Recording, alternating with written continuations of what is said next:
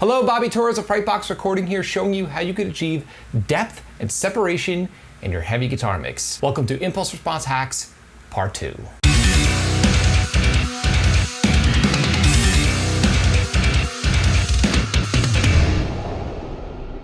So before we begin, I just want to let you know that you could download my brand new Impulse Response Octopack. The Octopack includes 8 impulse responses, 4 different microphones, 2 different mic placements per microphone. There are IRs of SM57s, 2 SM81s, 2 Sennheiser E609s, as well as an Electro Voice RE16. The Octopack is absolutely free, and there's a link below where you could download it right now. So in this example here, I have a bunch of guitar tracks, 2 rhythm guitars, as well as a background lead, and then finally a guitar solo. And right now I'm using the exact same impulse response for all of the guitar tracks.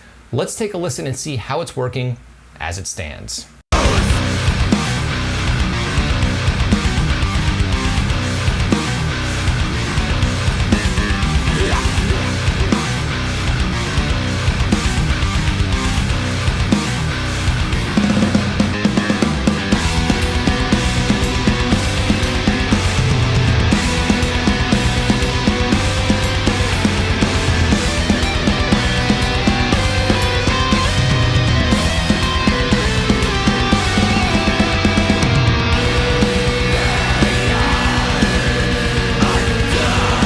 Okay, so in my opinion, it's working pretty well as it stands right now, but I want to achieve extra separation and a little more natural depth as far as the guitar overdubs and the rhythm guitars. So just to explain once more, I have 2 rhythm guitars that are happening during the breakdown, and then during the second half of the breakdown where the feel of the drums change, there's a guitar overdub that kicks in, and then finally a second track right here where we have a guitar solo.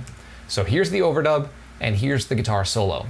Now, as of right now, I'm using the same IR across the board, just the SM57 #1 that's included in the Octopack. But like I said, I want a little more natural separation between the additional guitar tracks so they stand out without being overly loud and without me having to go in there and apply a bunch of crazy EQ. Because we have to remember, different microphones have a different frequency response at the source. Not only that, but the actual phase of the microphones will be slightly different, and we could use that to our advantage. So let's take a listen once more to that first guitar lead that kicks in before the solo. Let's check it out.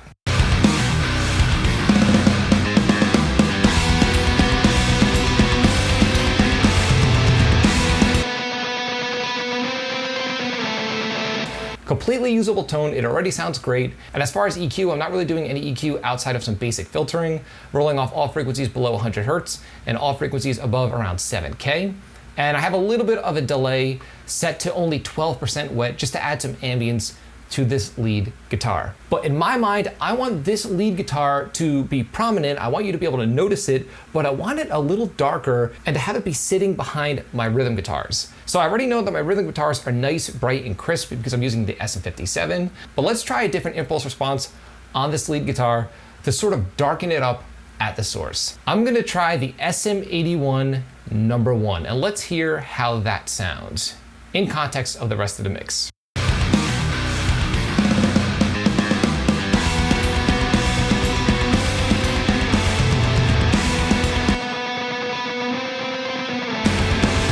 So right away, you can probably notice that the tone is a little darker, but the guitar doesn't disappear. And it's mainly because the subtle difference in mic placement and the subtle difference between these 2 microphones helps differentiate the 2 tracks and make them stand apart in a very organic way. So just so you could hear the actual difference in solo, I'll play the guitar track right now with the SM81 impulse response, and then I will switch it throughout the performance back to the SM57 so you could hear how they differ.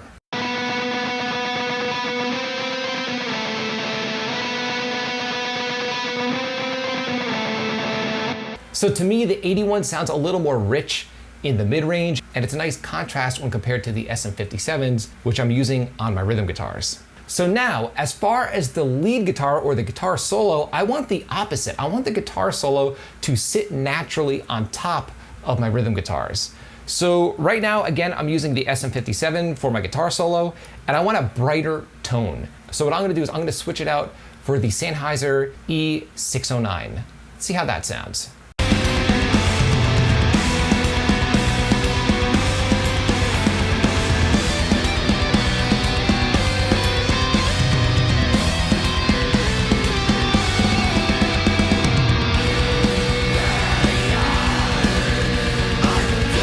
So as you can hear, the E609 just has a lot more air naturally within the tone, and all I did was switch out the impulse response. I didn't change any EQ, didn't change the amp sim I'm using, nothing. So right here, I'm achieving extra separation and depth simply by changing my microphone placement virtually in my DAW by swapping out impulse responses. Very simple. So I'm curious to know, is this something that you do within your own mixes, or do you generally tend to use the exact same impulse responses across all of your guitar tracks? Or do you not even mess around with impulse responses at all? Leave a comment in the comment section below. I'd love to hear your opinion. If you found this video helpful, like, comment, subscribe, share, and do not forget to click the little bell icon so you'll be notified every time I upload one of my weekly videos on all things metal rock production. If you're interested in some Frightbox swag, we've got t-shirts, mugs, and a ton of other cool stuff on the way. There's a link below to the Frightbox merch store in this video's description. And again, you could download these exact same impulse responses that I'm using in this mini series for absolutely free. There's a link below right in this video's description to the guitar impulse response Octopack. Now stay tuned to be sure to catch part 3 of this mini series where I talk about achieving an extra wide guitar tone at the source using impulse responses. But until next time, happy mixing.